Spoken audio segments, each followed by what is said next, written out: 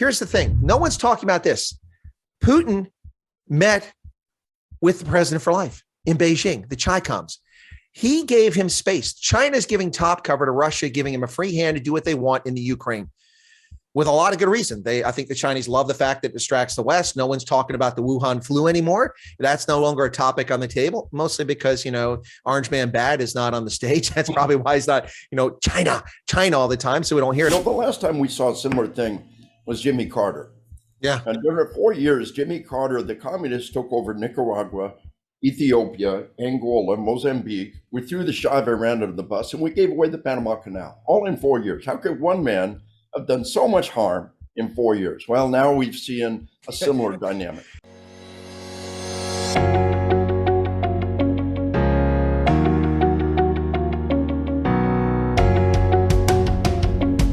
Hello, my name is Donald, and welcome to the #1 media company, WorldView. At WorldView, we explore everyone's perspectives on all things that can broaden our worldview. Today, we're going to have another discussion about the state of the conflict in the Ukraine, and we are joined by two world-class guests, Lieutenant Colonel Dave Grossman, the author of numerous books, which we'll display on the screen, and Colonel Chris Wyatt from the Chris Wyatt Africa YouTube channel. So, Chris, when we last spoke, you mentioned that we shouldn't underestimate the Russian army currently operating in the Ukraine, but it seems like we can safely deduce that they've overestimated the Ukrainian response and that their gains are much slower than they thought. They would progress much faster than they thought it would be. So what do you think on the current situation in the Ukraine? I don't recall exactly what I said, Don, last time we spoke, but I know it was before 30 days after the conflict began. And I said that I would need 30 days to give an honest assessment of what's going on offensively here. Because from my perspective, I'd seen what I consider to be an operational halt in the north because at a salient between Chernikov and Kirshov, where Russian troops were not advancing because of stout defense. I don't recall exactly what I said, but if I said that we shouldn't underestimate the Russians, what I meant by that, and I still stick to that, is that if they're determined, there are certain things they can do. Now, as far as their conflict in Ukraine, I'm not at all surprised at where it's gone and how it's developed. It's interesting because I was on a program in South Africa. Big Daddy Liberty had a program. He has a panel. And one of the guests on there from South Africa, well-known person, said that, the Americans should be terrified. The Russian military is world-class. It's better than the Americans. They've got hypersonic weapons, yada, yada, yada. I'm like, okay, all right. Look, I know I'm biased. I just left active service in October 2019. And at least before, the chairman wanted to know what white rage was, I thought the military was heading in the right direction. But I was a bit taken back by his comment. And I said, I think that you're overselling the Russians. And so that sounds like it's a stark contrast to what you heard me say previously. What I meant by that is that while the Russians may have a capable military and they can take on countries like Georgia and Estonia and Kazakhstan, the campaign in Ukraine started on 6 different axes of advance. That's an incredibly complicated operational, command and control situation. If the Russians had simply invaded from Crimea and the Donbass, they might have been able to accomplish a lot more, much faster than they have. But this is an incredibly complicated command and control situation, now exacerbated by the fact that the Moskova, which is their command and control platform, essentially running the operation from the Black Sea, has been sunk. They've got real problems. And so, I still think we can't underestimate the Russians do have capability. But as I said to that guest on that program that day when I refuted his claims about the Russians should make America nervous, the Russian military is a conscript military by and large. And, they induce new conscripts in the military by gang raping in the barracks. That's not uncommon. That doesn't exactly build esprit de corps and teamwork. And if you have a military that's fashioned on that, you shouldn't be surprised to see them perform poorly in the face of determined resistance. The Jews did an amazing job fighting off the Nazis as Warsaw collapsed in 1944 against all odds, while the Soviets cynically sat outside and let them be wiped out. But they had no weapons. I mean, they were picking up weapons off the Germans who they blew up, with improvised explosive devices. And that's how they armed themselves. And they held the Nazis at bay, while the Soviets let the Germans just try, and the point here is the determined resistance can make a huge impact. The Russians underestimated that. That's a fair statement. But their shortcomings and challenges, I think, have a lot less to do than what a lot of pontificators are saying, and a lot more to do with the practical realities of coordinating a complicated, sophisticated offensive operation. And when you spread your forces that wild and you don't get air dominance, which they don't have, you have these problems. That's a long-winded opening, but I hope that clarifies things a little bit, because I'm not sure that I said things exactly the way you characterize them. If I did, then I stand corrected. But anyway, I think that kind of clarifies where we're at. Does that make sense? Hello, everyone. If you're interested in advertising on WorldView, drop us an email at worldview.help@gmail.com. We will send you an advertisement guide, which will include the rates and the process involved. A typical shout out for your company or project will be between 45 and 60 seconds. By advertising on our platform, you'll be supporting a company that wants to improve the public narrative. Once again, send us an email at worldview.help@gmail.com, which you can also find in the description below. Now, back to the interview. Yeah, no, definitely. And yeah, I understood you correctly. I think that's we should, yeah, like you say, we should take 30 days before we really assess the situation. But yeah, Dave, what's your opinion on the state and the conflict in the Ukraine? Well, one of the areas I can talk about is the idea of having sociopaths at the highest levels. Well, which capital do you want to talk about, Dave? Well, in our industrial system and in our military system, some good people rise to the top. A lot of high functioning sociopaths rise to the top, but some good people have got the capacity to rise to the top. In an environment like Russia, where you only advance by stabbing people in the back, what kind of person is willing to gang rape, at the lowest level? The introduction to the barracks is a gang rape the new guy. And that's a sociopathic dynamic coming down from above and just raining down below. When you're in an environment where the only way you can get ahead is by stabbing somebody else in the back, what kind of people rise to the top in that environment? And so we should not be surprised by the atrocities that we saw. It's almost impossible for an environment like that to exist without atrocities. It's decentralized authority when it comes to atrocity and abomination. And from that perspective, it was doomed from the beginning as far as the public relationship side of the equation goes. They also, again, when you've got that totalitarian, rigid sociopaths all the way down, they're going to be pointing the finger in every direction. They're going to be scrambling. They're going to be lying to obviously, I think Putin was badly misinformed by a variety of different people as to how things were going to turn out, as how they're going to be expected.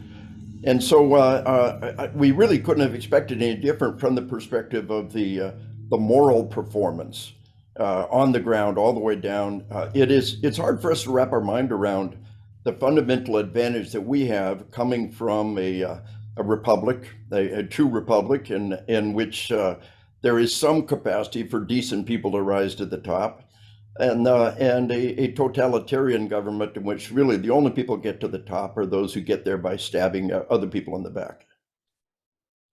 Sorry, the gang rape story, is this a real thing? I thought you were joking. Is this a real? No. I'm not joking. It's a true story. I mean, this is common in the Russian military. And it was also happened in the Soviet military too, but it's becoming more common in the Russian military. Yeah, it does happen. Absolutely happens. Dave, I'm sure you've seen a recorded instance of it.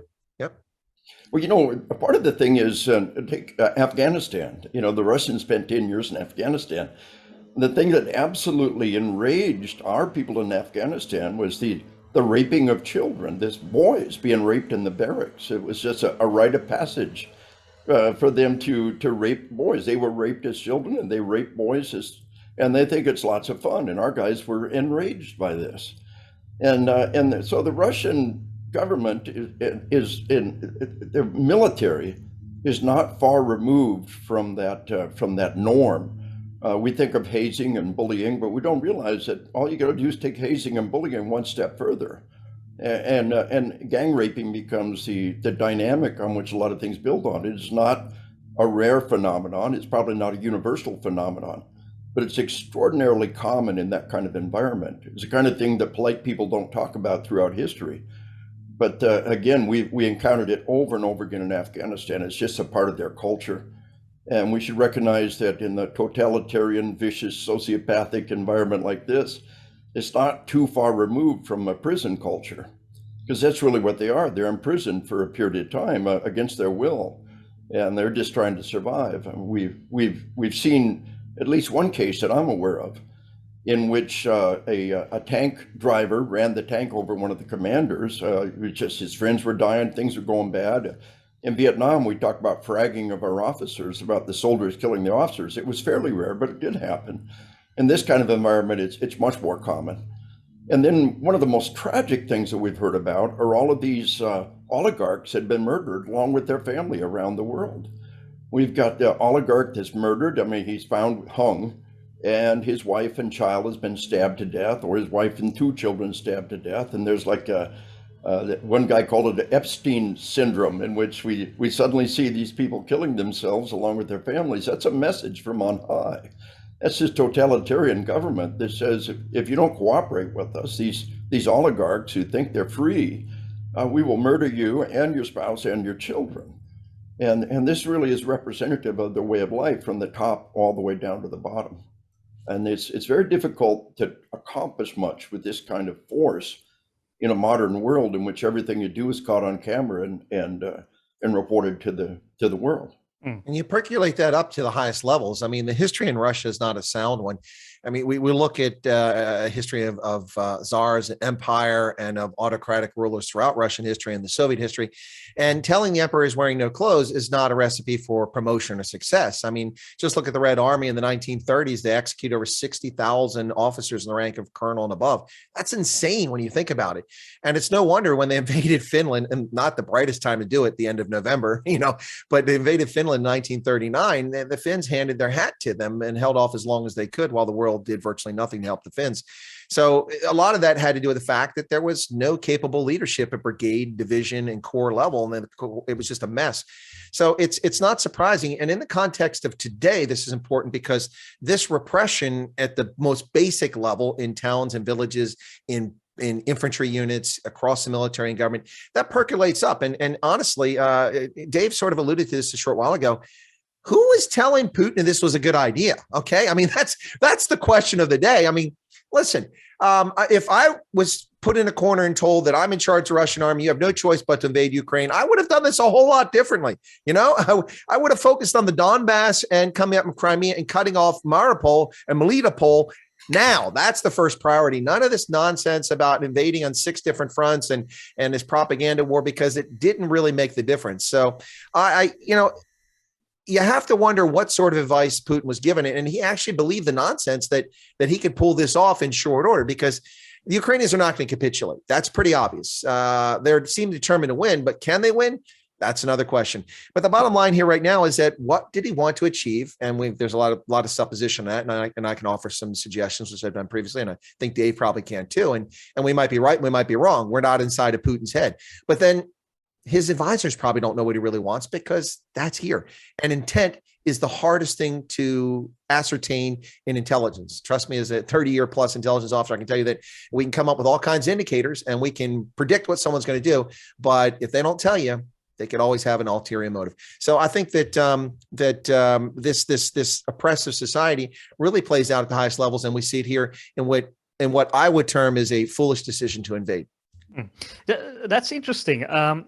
So before we get back to the Ukraine, you're basically saying that Joseph Stalin's decision way back like 60, 70 years ago of executing all his officers had ripple effects to this day. I mean, they're still struggling to overcome that leadership deficiency. Well, it's actually the other way around. Yeah, no, I wouldn't say, just hang on real quick, Dave. Sorry. I wouldn't say that led to today's poor leadership, or that there's poor leadership. I'm just saying that there's been a history of authoritarian rule, and it's been in the military and the misuse of the military. I mean, look, I don't care if I looked at today's Army, Air Force, Navy, Coast Guard, Marines, I'm sure I could find incompetent colonels and generals. There's a few out there, but you don't wipe out 60,000 officers. I mean, nobody has 60,000 incompetent, not even North Korea has 60,000 incompetent leaders. They were killed because they were a potential threat, rising up because they had leadership potential against Stalin and against the secret police and such. There's no direct tie. The tie here, or the link, was authoritarianism. That's what I was trying to get at. It's a long history of it. I'm sorry, Dave, go ahead. Oh, that's good. And the only time the Russian army has ever done well is partway through World War II. When Hitler began to attack, the Russians collapsed. They were incompetent. They had great success. And it wasn't until they purged their armed forces and focused on raw gut survival that all of the other stuff went to the side. And for a very, very short window, you saw the Soviet army functioning at a high level. And it was a desperate dynamic that was focused only on survival. That was the exception for the Russian army throughout history. This one rare period when they got rid of all the dead wood, they started from the ground up. I heard a great historian talk one time about in Iran. When Iran got rid of all the generals and brought the colonels in to take charge, there was some capacity for them to make change and to make difference. And a kind of similar thing could be said for Russia in World War II. The cleansing of the leadership was in part a process to get rid of the dangerous people, was also a part of getting rid of the dead wood who had absolutely failed and rising up individuals who showed any promise on the battlefield. So for a brief period of time, for a brief historical window, the Russians were not looking for political games, or not looking for stab people in the back. Who's the best leader out there? Who's the people who perform well? Rise them to the top quickly, because the alternative is our destruction, our complete and total existential destruction. So partway through World War II, historically speaking, is the only time the Russian army has ever performed well. And again, it's very hard for totalitarian armies to perform well in this kind of environment. And of course, we can look at great exceptions, Nazi Germany, Imperial Japan, but they had other things going for them too at the time. They had a population that strongly supported them. When you've got an army that's based only on conscripts, and you've got this totalitarian weakness, at least from that moral and political perspective, you should have been able to predict this coming. And Dave, if I could add to that very quickly, I know Donald's got a question, but without the host, we can continue. But if you indulge me, Donald, I think it's an important point. Sure.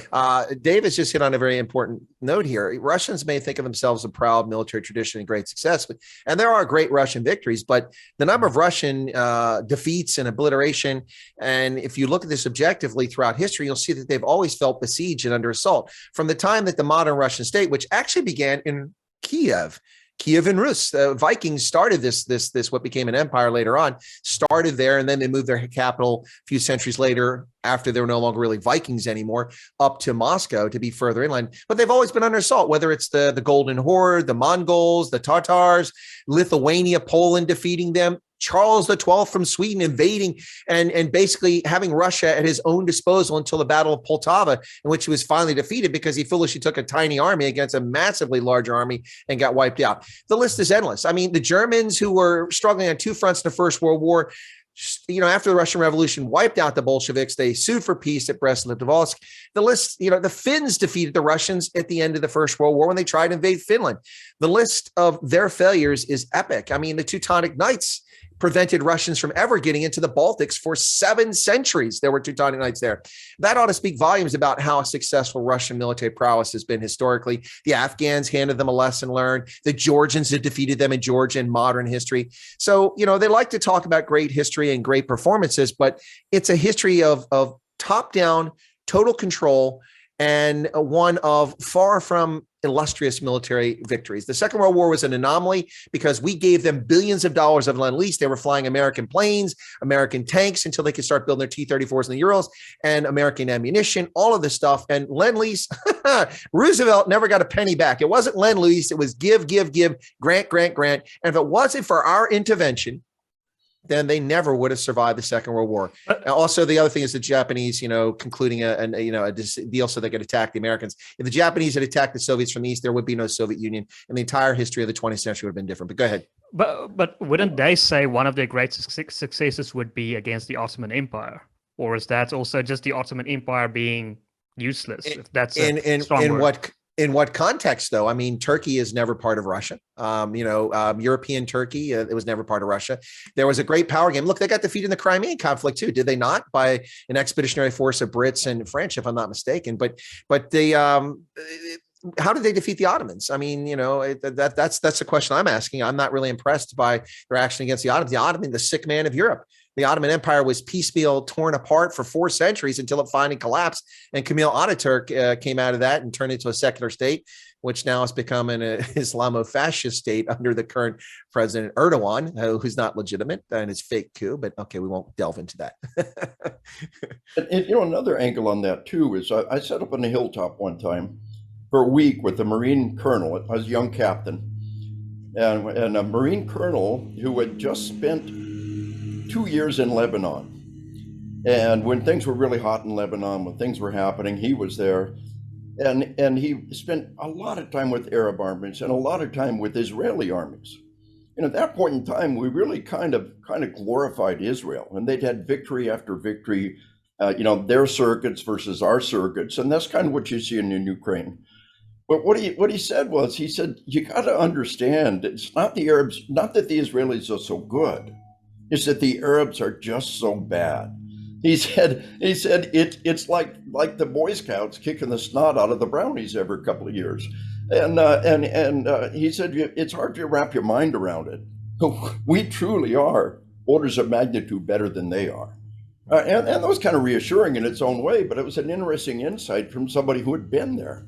I don't have the historical grounding that Chris does, but again, that the idea of the sick man of Europe, that's a word, that's a term that's been around for a long time, and it was just an empire being piecemealed after they'd lost all of their authority and all of their oomph, if you will, historically speaking.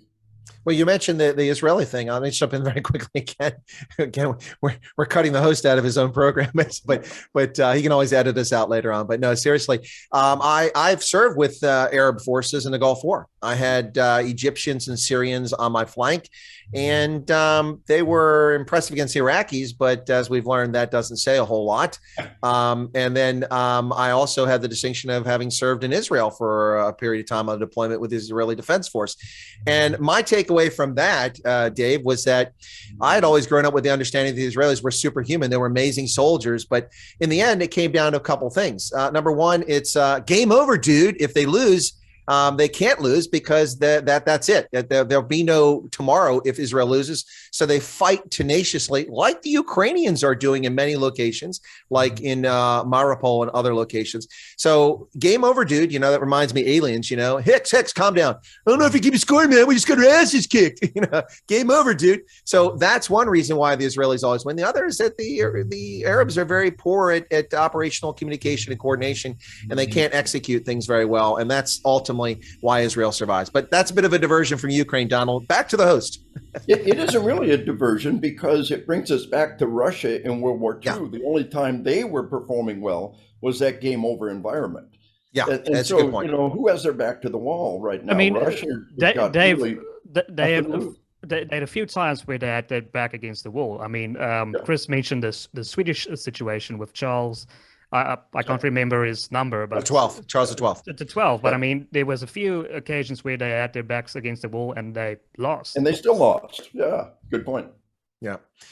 No, so this whole situation that's going on right now is really sad because ultimately it's all these politicians who don't put on boots and put on fatigues and body armor and have mortar rounds exploding around them and bullets whizzing by their head and watching their friends and roommates die in their hands with sucking chest wounds and missing limbs and traumatic brain injury, and going to Walter Reed and seeing a 19-year-old Marine who has half an arm, 2 fingers on the other arm, and big chunks of his forehead missing and a leg blown off.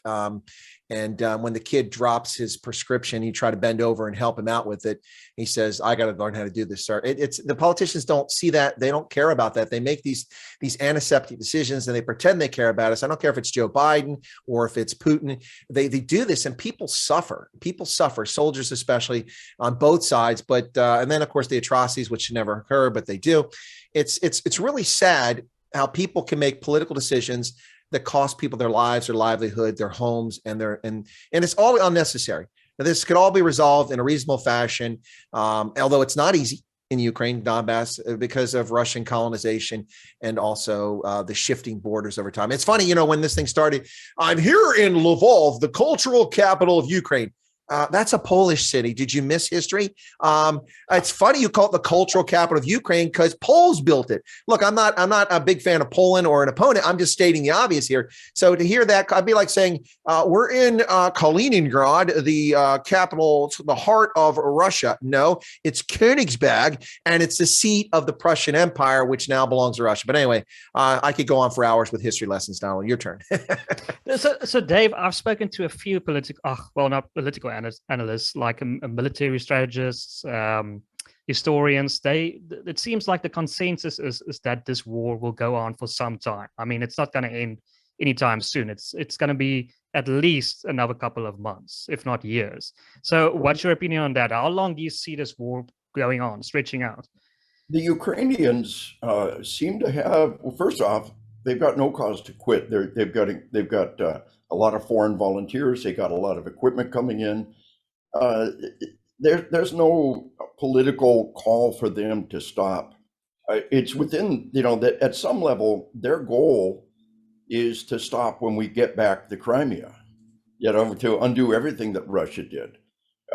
What will stop the war? Well, either Russia gives up, and they're probably not going to give up the Crimea. And as it sits right now, Ukraine's probably not going to give up the Crimea, so that part of it will continue. As long as we give them moral support, as long as we give them equipment, there's a pretty good chance the war's going to keep going. And we are the ones that have the potential to call a stop to it. And it may be too late. We may have already given them too much stuff. But right now, it looks like they have the moral imperative and the political will to continue until they get the Crimea back. And we may see kind of a siege warfare type dynamic going on, close to what we see right now over an extended period. I don't think Russia can really sustain that with conscript troops and lack of support and continued failure. It could last for a very long time, or Russia could give up, or we could pull the plug and say, no, you've gone far enough. That's all we want you to accomplish. We don't give you intel support anymore. We don't give you material support. So there's a lot of people who could pull the plug. The Russians could give up. The Ukrainians could give up politically and say, this is enough blood's been lost. Or we could give up and stop giving them support. Those are really the political dynamics that would drive the near future of what's going to happen. Can the Russian morale collapse? Can the Russian army run away? Yeah, no, I know it already has, but morale really isn't the issue here. When you have an authoritarian state, you can push people beyond morale. Morale. So the thing that was missed by political leaders in America is centers of gravity. And U.S. center of gravity in Vietnam was not the Army or the Marines or our ability to wage warfare. Because let's be honest, in engagements, tactical and operational, we shellacked the North Korean army. We shellacked the Viet Cong. They were absolutely obliterated. But the center of gravity, the center upon which everything rested in America, was public support for the war. And that matters in a democracy, a republic where people have a voice, although we seem to be losing it today, but that's another story. But that matters in a society like that. So the Americans have been assured by the Johnson administration that we were winning the war. And, and what was it every night in the news? Tonight in the conflict in Vietnam, 137 enemy combatants were killed. And, body counts McNamara was focused on, that was victory. Well, you could kill 1 million North Vietnamese. That wasn't going to end the war. That's not what the barometer was. And so the American public got fixated on that. And then all of a sudden, Tet happens.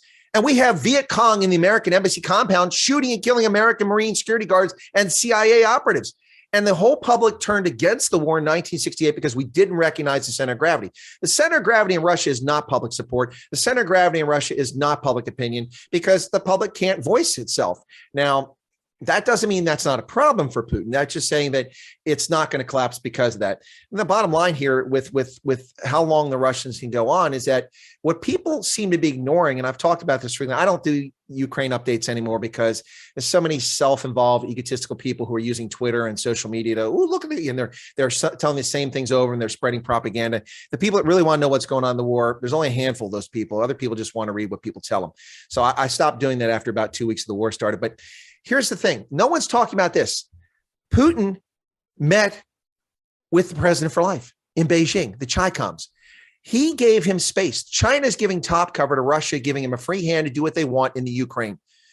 with a lot of good reason. I think the Chinese love the fact that it distracts the West. No one's talking about the Wuhan flu anymore. That's no longer a topic on the table, mostly because, Orange Man Bad is not on the stage. That's probably why he's not, China all the time. So we don't hear it. But the Chinese are getting away with everything. Their trade violations, the World Trade Organization, they still do it. They're muscling of smaller actors like the Philippines and Vietnam and Indonesia in the South China Sea. Their nonsense in Scarborough Shoals.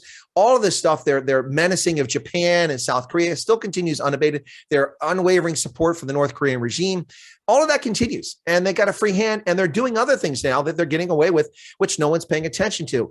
This has been a brilliant situation for the Chi-Coms. It's helped them immensely. So they opened deals with Russia to buy metals and to buy resources. So all these sanctions and bans on Russia, it's going to bring Russia to their knees. No, it's not.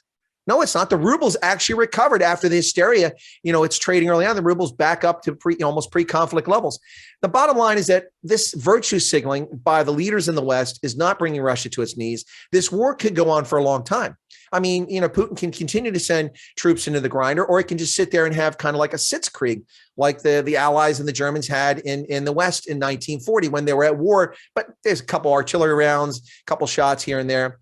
Again, what is Russia's ultimate objective here? And that's unclear. But I've said before, and I'll stick to it, that geopolitically, it makes sense if he really wants to keep NATO at bay, and he wants a pliant and compliant vassal state in Kiev, which is not Zelensky. That's part of the reason why he invaded. If he wants that, and he wants to recover things for his own country's use, the natural border geographically is the Dnieper River, and the eastern third of Ukraine gets annexed by Russia, but they haven't conquered all that. So that's a ways off if that's one of their goals.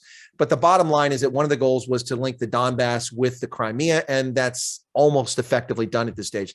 So I don't know how long to go on, but it could go on. I don't want to say indefinitely, but it could go on for quite a while. I mean, if they want weapons, they can't produce them, which they're capable of. They can always buy them from China. China will sell them weapons. So it's a situation which could go on for a long time. And the Ukrainians aren't going to give up.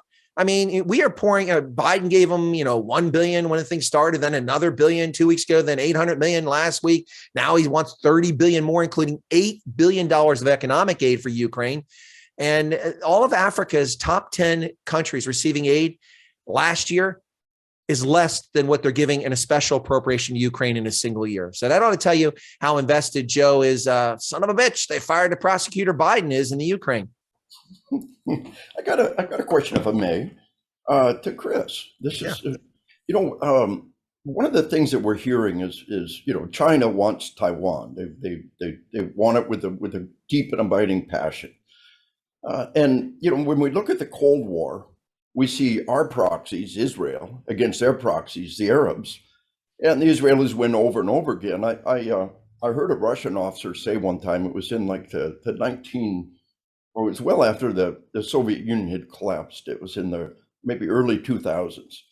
He said, we always knew if we came across the border that you guys would kick our ass. And they had this belief. And of course, the proxy war was kind of driving that. To what degree is China looking at this and saying, we've got basically your Soviet bloc weapons, which to a certain degree represents them. We got Soviet bloc tactics, which to a certain degree represents them. We've got conscripted troops against modern weapons. So to what degree are they looking at Taiwan and saying, wow, this could happen to us if we're going to Taiwan, that the economic sanctions are there, the probability of success may be less than we expected it to be. Is that influence in China from this perspective, or are those looking that way missing something? Well, it's not overblown. Having dealt with the Chinese all over Africa and other places, and as a historian following what's happened there over the years, the Kuomintang under Chiang Kai-shek decamping to Formosa, which became Taiwan when the Chi-Coms actually won. And after they came out of their long march and they won the conflict on mainland China, mostly because Chiang Kai-shek and his army suffered the brunt of the conflict. The Chi-Coms were kept out of it. The Japanese barely attacked them. So that's one reason why the Chinese nationalists lost. But it is not an understatement to say that the Chinese Communist Party is demonically possessed with retaking Formosa, Taiwan. They are, absolutely. It overrides all their foreign policy decisions. In Africa, that was the most important issue. You would not get any support from China, whether it hurt or helped China. You would never get any support from China unless you recognize Beijing as a legitimate ruler of China. And even to this day, there's only is that true for the younger generation as well? Is it primarily an older generation thing? Being obsessed with Taiwan. The thing is, it doesn't matter because the younger generation doesn't run China. The Chi Coms run China. That's that's a good question, Donald. It's a fair question, but the people, it's like South Africa.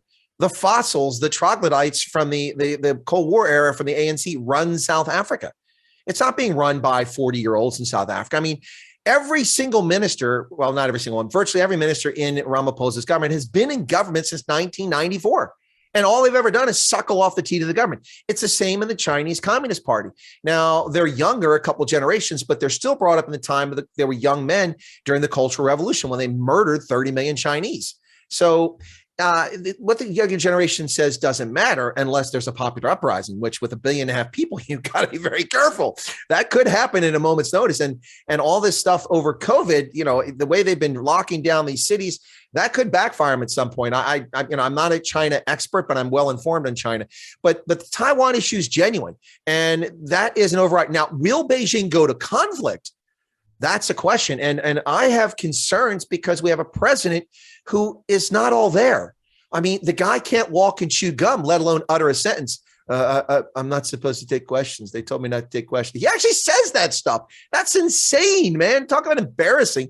I thought Ramaphosa was an embarrassment, but we've got the worst embarrassment. So with weak leadership, I mean, okay, not to drone on and take the whole show, but let's just run through the hits here. All right, so Biden becomes president and Orange Man Bad is gone.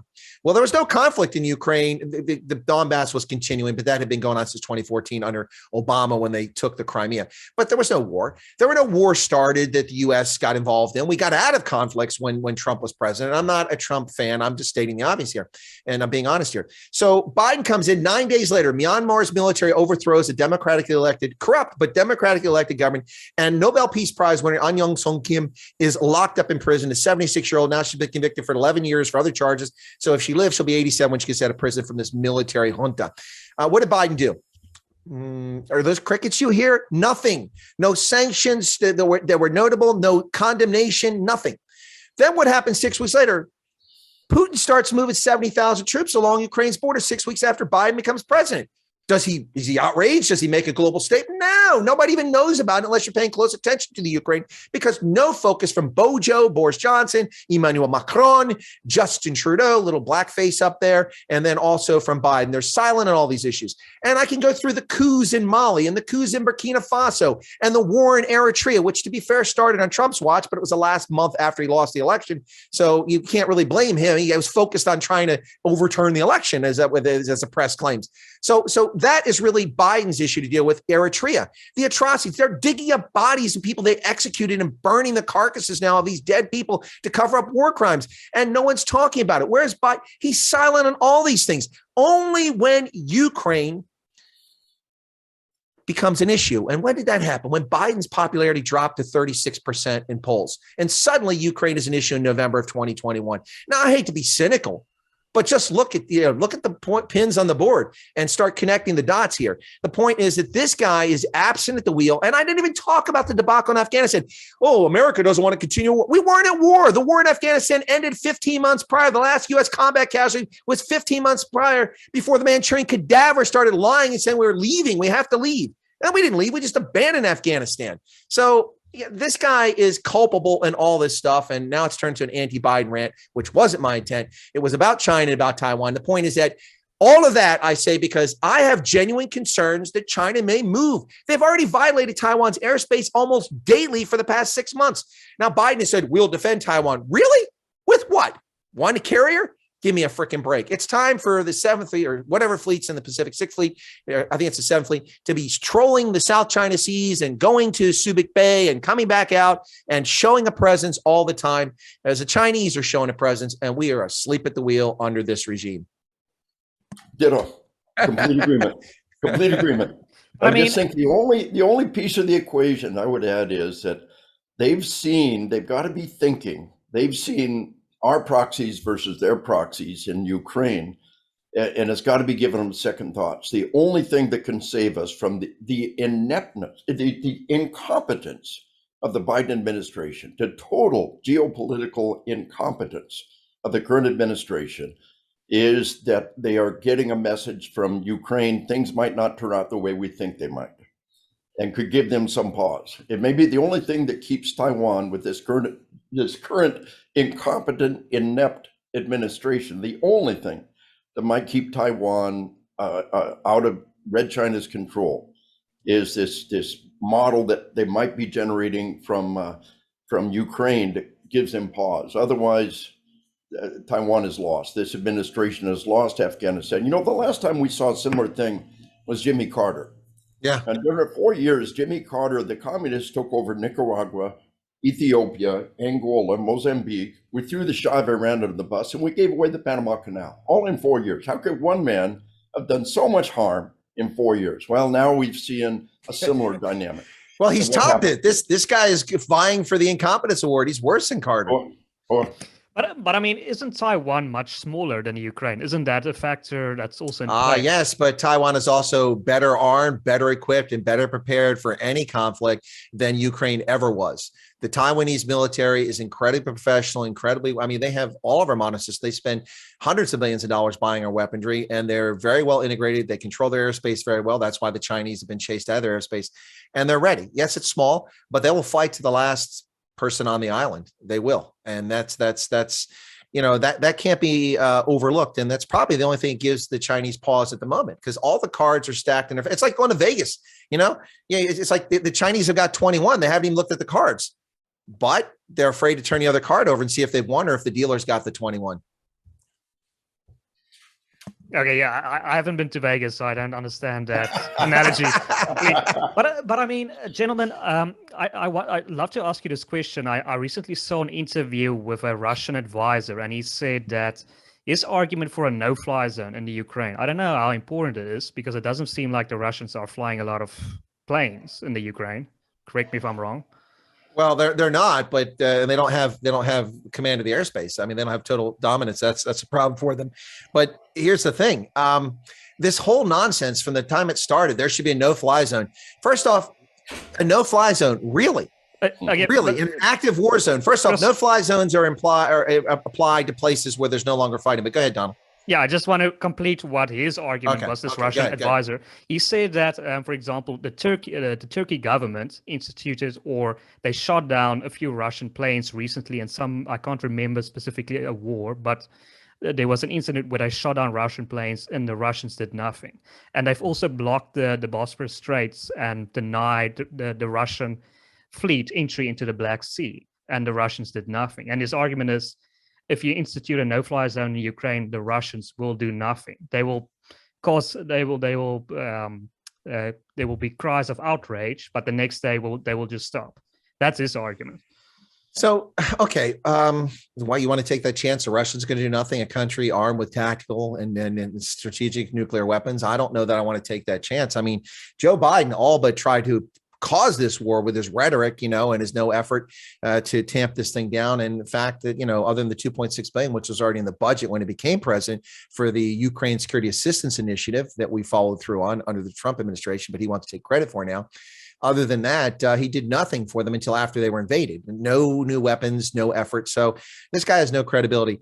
But the Russian thing, the no-fly thing, remember the no-fly thing started out, NATO should apply. NATO? What authority does NATO have to apply a no-fly zone over the Ukraine? None. Now, NATO can declare a no-fly zone over Germany, over Estonia, over Poland, because they're signatories to it, but they have no geopolitical authority. The United Nations to declare a no-fly zone, but then what fool's going to sign up for it? It's an active combat zone. No-fly zones over Kosovo, no-fly zones over Bosnia, over Iraq. That's different. Iraq was vanquished, so you can imply that. But those are United Nations actions. European Union has no authority. Ukraine and Russia are not in the European Union, nor are they a member of NATO. So there's no legal authority. This is a dumb concept spread by people that don't understand politics, international relations, or military issues.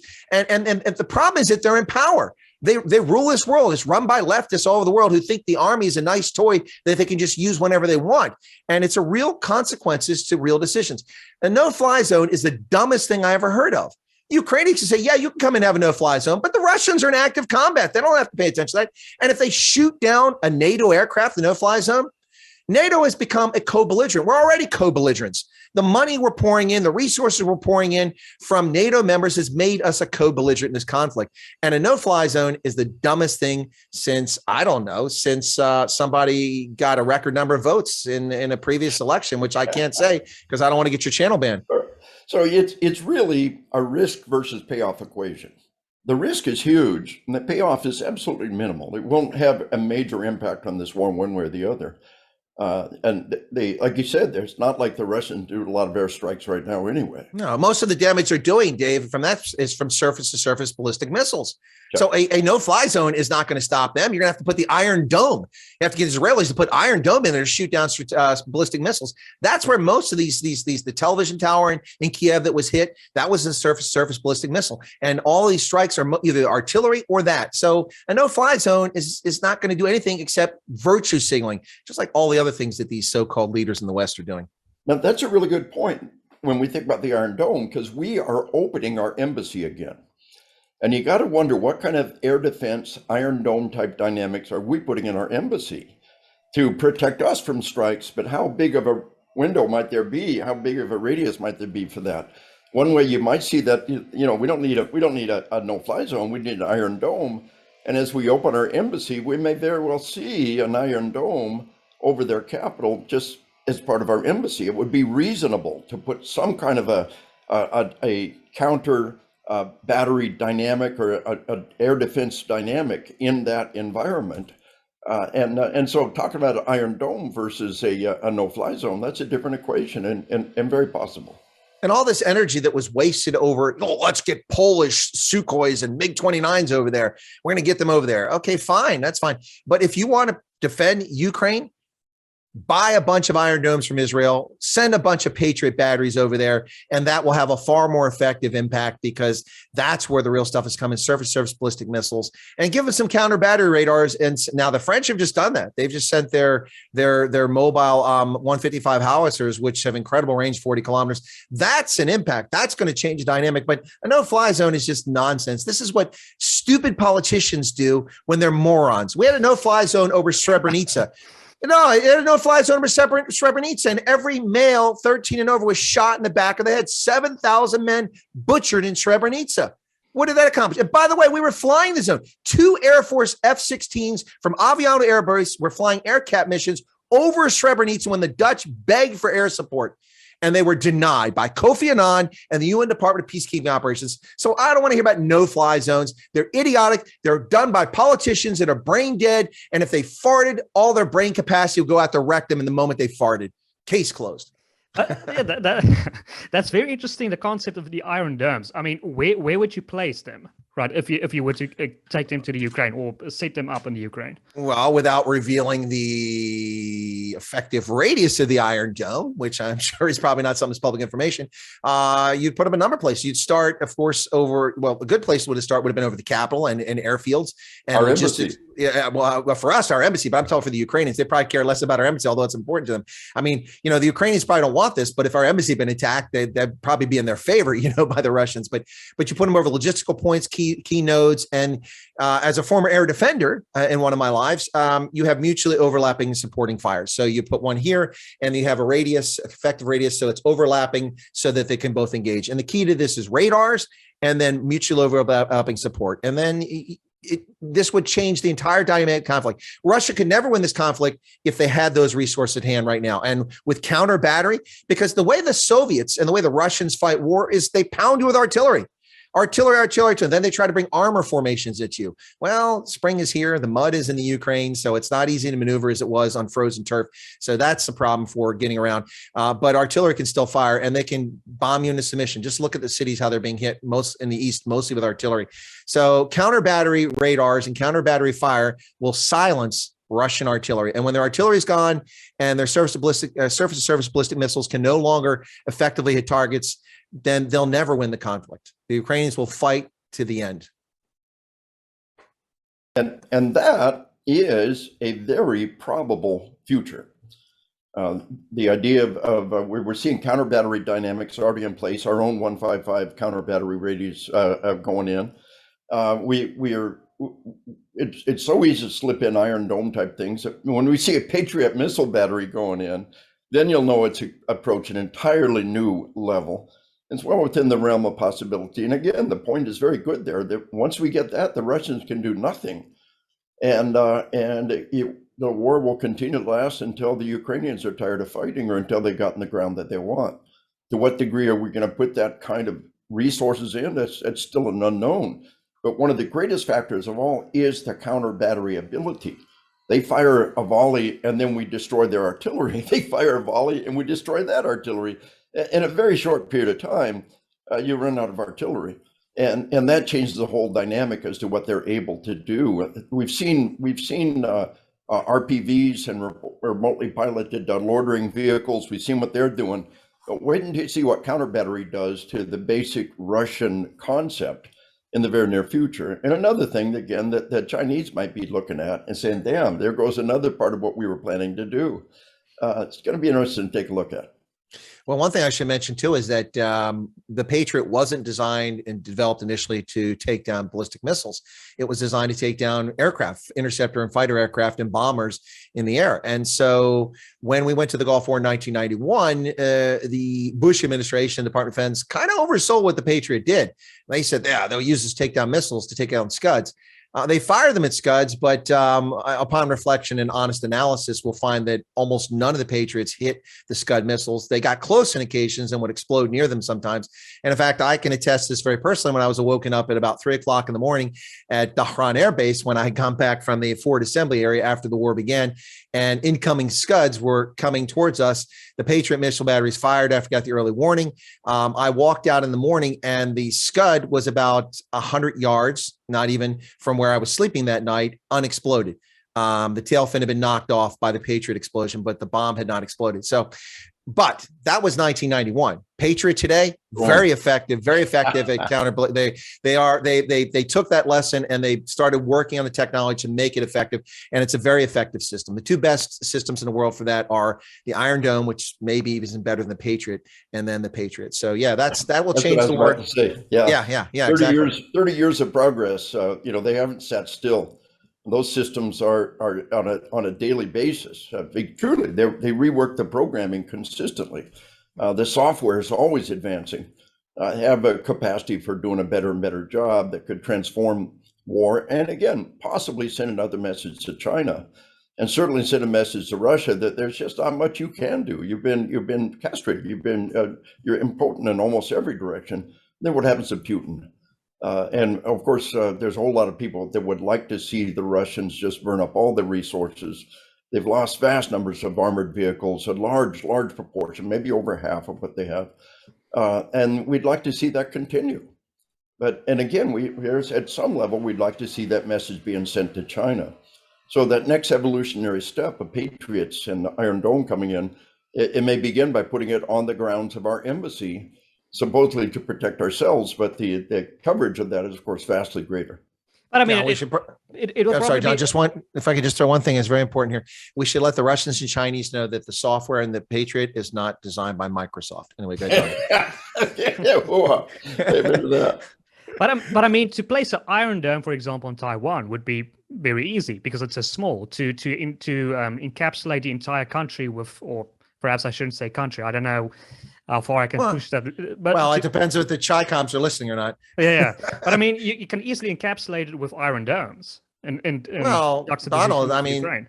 Your statement is a valid one, but that begs a question. Do you know what the current air defense envelope is for Taiwan? I'm not trying to put you in the spot. People don't know. So they may or may not have resources like that already. And of course, are the Chinese developing resources to counter that? Yeah. Vast resources. So it's always a constant technological game. Who's going to pull the front on that? Yep. Spy, counter spy. Yep. Gentlemen, I want to ask you one last question. I see our time is running out. I know President Biden got into trouble because he said that there should be a regime change in Russia, that Vladimir Putin should go.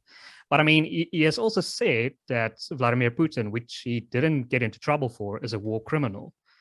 Isn't that those two things essentially the same thing? I mean, if you're calling someone a leader a war criminal, you're essentially saying you should go. So, Well, if you're looking at it from that standpoint, I suppose. But as far as calling him a war criminal, you can call people whatever you want, unless you've held a trial. You're not really convicted. That really kind of shoots in the concept, the whole Western jurisprudence of innocent until proven guilty. Although it's pretty easy to prove him guilty. But as far as he should go in regime change, yeah, big mistake. I mean, if that had been a Republican president, the howls would still be going on. Oh my God, regime change! These evil Republicans! Look what they're doing.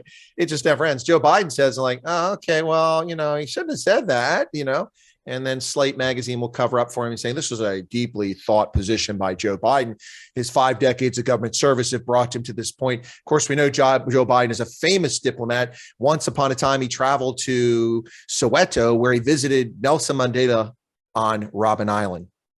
Yeah. Okay. So, yeah. Anyway, but the point is that, Biden, he doesn't have a mouth large enough to accommodate both of his feet. Although I think he does at times. He gets one foot in his mouth, but I don't know if he can get both feet in. The point is that not very helpful if you want the conflict to end. That's it. Just call Russia evil, back them in a corner, force them never to give up, because, Putin may not have a public he has to respond to, but he ultimately has somebody to respond to. And so people don't pull the knives out and stab in the back like they did to Caesar at some point, which could be a possibility for him. So he needs to consider that. And you keep pushing him in the corner, he's not going to back down. That's, the whole thing with this extradition of war criminals and the International Criminal Court. And this all got screwed up when the Brits arrested, or the Spanish arrested Augustino Pinochet. No heads of state could be tried for their actions. And then they broke that rule. They arrested Augustino Pinochet and tried to try him for war crimes and crimes against humanity. And that kind of upset the whole apple cart. By the way, people like the International Criminal Court. First off, the International Criminal Court is not the right body to go to Ukraine and investigate war crimes. They prosecute cases for countries that are signatories to the Rome Statute of 1997 and nobody else.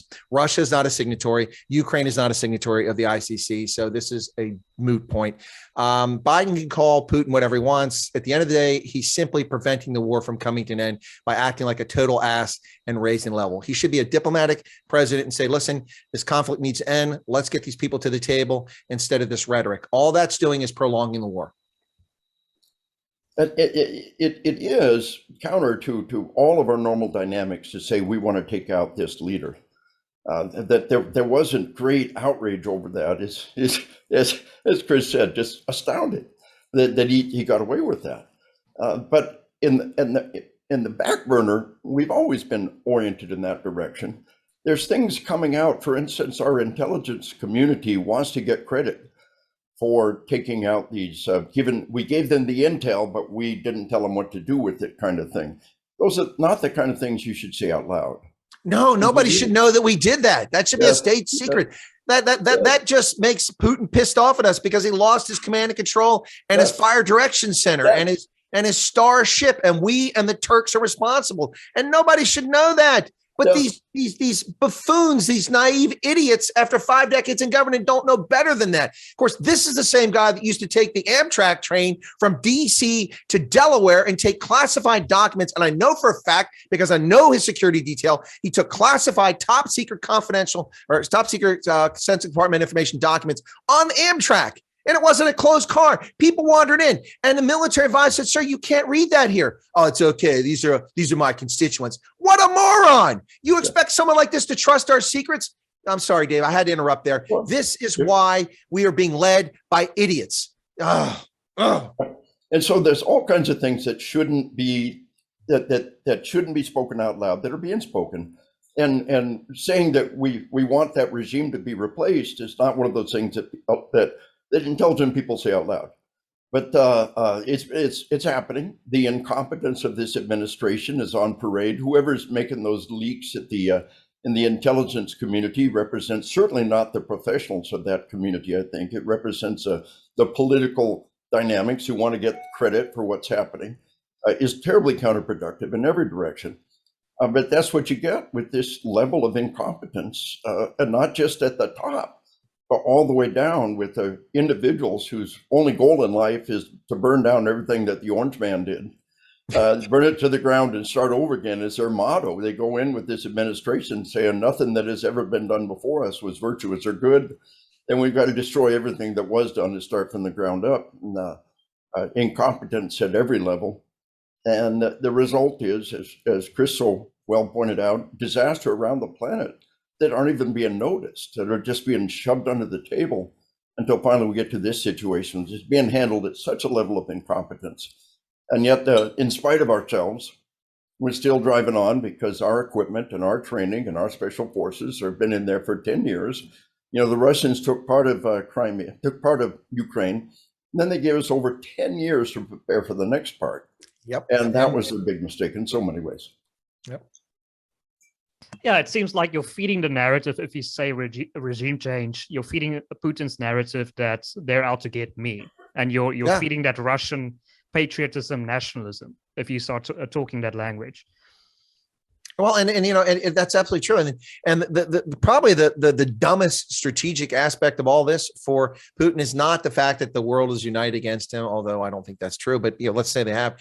But the biggest thing is that Finland has been neutral. We have a verb called Finlandization, driven by the fact that Finland was neutral in order to survive against such a big bully next door, and they survived. Finland. Over almost 70% of Finns want to join NATO now. They've never had more than 35 or 40% of the country say they want to join at any point in history. And now 30 years after the Cold War's ended, Finland wants to join NATO. Sweden wants to join NATO. They've never even talked about joining NATO. And it's not just, you know, pontificating. They're serious about it. And this is probably the biggest strategic mistake that Putin has made, a miscalculation. And then it's threatening, you know, threatening the Scandinavian countries. Well, anyone that makes a move towards NATO will suffer the consequences. And then, well, we will nuclearize the Baltic. Well, it's already nuclearized. You have sea-launched ballistic missiles that go through the Baltic Sea every damn day on Russian submarines. You already have nuclear weapons there. These are empty threats, and they're driving these countries into the arms of NATO and making themselves even more isolated. And it's stupid because Finland and Russia have immense trade back and forth. For such a small country, they have a big impact on what happens in St. Petersburg, and this is not good for Russians. And you know what? This is what happens when people make miscalculations, and it's exacerbated by people like the Manchurian Cadaver. Dave, that's my nickname for Joe. The Manchurian Cadaver has no idea what he's doing, and the people around him are yes men who are more concerned about, sir, we must elevate this person because this person represents not 0.1% of America's population. This is a transgender political leader. So now we have the right person in office. That's the key qualification. These people are just lost. And that's why we're at where we're at. And this constant prattling on about regime change conflict isn't going to end when you're threatening to remove the guy in charge. What's he going to do? I mean, if he surrenders, he's going to be taken to the Hague. He's going to be prosecuted. He's going to be a war criminal. He's just going to fight till everyone else is dead. That's what's going to happen. Stupidity is the order of the day in London, Paris, Ottawa, Washington, Pretoria, and Moscow and Kiev. And all we can hope, all we can pray is there will be a backlash of against the totalitarian stupidity we're seeing around the world. In America, in these elections in the fall, we're hoping to see part of that backlash. But worldwide, this backlash against overreach of government and the incompetence of government is the potential is there for the pendulum to swing back the other way and give us cause for hope. But right now, when we look at leadership around the planet, there's not much cause for hope. There's one clear winner in all this, gentlemen, and I'll tell you it is. Hello, I'm President Xi Jinping, president for life in our democracy of China. Welcome to China. We've just put in place a person in Hong Kong who's a bootlicker for the Chai Con Party. That's the winner in all of this, communist China. They've won. They win in this conflict. The rest of us are just sitting here going, oh, brother. Well, gentlemen, I see we've run out of time. I want to give you one last opportunity if you want to add, blog, or say anything that you want to before I conclude. Well, I guess I'll go first. I started and give Dave a chance to wrap it up. Donald, it's a pleasure to be back on the program. Thanks for inviting me back once again. Also a pleasure to have a conversation with Dave on here. It sounds like we share similar views on a lot of these issues. And people who are listening to this broadcast can agree with us. They can disagree with us. They can think this is hyperbole or we're just propagandists. That's your prerogative. But what I will tell you is everything that I've shared with you is demonstrably provable, and you're welcome to do your own research. And I encourage you people to be critical thinkers, because what the world lacks today is critical thinking. And we see it each and every day. I saw it in my interview with the Ukrainian ambassador earlier when an American jumped on, Viva Ukraine, Ukraine, Ukraine, Ukraine. Yeah, Ukraine's also guilty of a lot of propaganda and misleading stuff. So let's not get carried away here. Let's not our emotions control our thoughts and our actions. Think critically. That doesn't mean be critical. Think critically. And that's what I leave people with. Challenge yourself to listen to what others say, listen to what others or read what others write, and then evaluate for yourself based on your common sense and your understanding of life. Otherwise, you're just part of the Twitter crowd, and be careful out there. And recognize to what degree the media, if you will, are sold out to an agenda, and try to find voices that go outside that. I'm such a fan of the podcast revolution. When I was a kid, when Chris was a kid, we had 3 networks, and we had 1 or 2 newspapers in every city and a couple of national magazines. And if you didn't hit those, there was no hope of influencing things at the national level. Today, we've broken that roadblock. We've got thousands of podcasts. I honor you for putting the podcast together, Chris for being here. Most of all, your listeners. We're seeking a deeper level of information. The corporate media have lost all of our trust. They really need to be set aside and focus on a deeper level of information. And shows like this have got the capacity to do it. A shameless author, always plugging a book. A lot of the stuff I talk about how a totalitarian government is trapped, atrocities entrap and empower. My book on killing. It's translated 7 languages, 500,000 copies sold worldwide. We got a bunch of other books too, but this one would home in on what we're talking about. Google scholars have been cited over 3,200 times in scholarly works. If you want to dig in a little deeper from the scholarly perspective, look at On Killing. And again, as Chris was saying, recognize that there's a narrative that's being forced upon us, and dig deeper. Try to find those other avenues of information, and then consider them all critically. Think about the information, considering what's not being said. Find those outlets, find those friends that are able to forward to you information that might not necessarily agree with your preconceptions, and take a minute to examine the world from a broader perspective. And certainly that's what podcasts like this would allow us to do. So thank you, Donald. Honored to be on board. Chris, been a pleasure and honor to be on board with you. Yeah, thank you, gentlemen. Thank you so much for your time, and I definitely recommend anyone to read Dave's book on killing. It's such a fascinating book, and I'm sure our audience enjoyed this content just as I enjoyed listening to it. So I would definitely show your appreciation by liking this video, sharing this widely as possible, subscribing to our channel. My name is Donald, and you've been watching WorldView.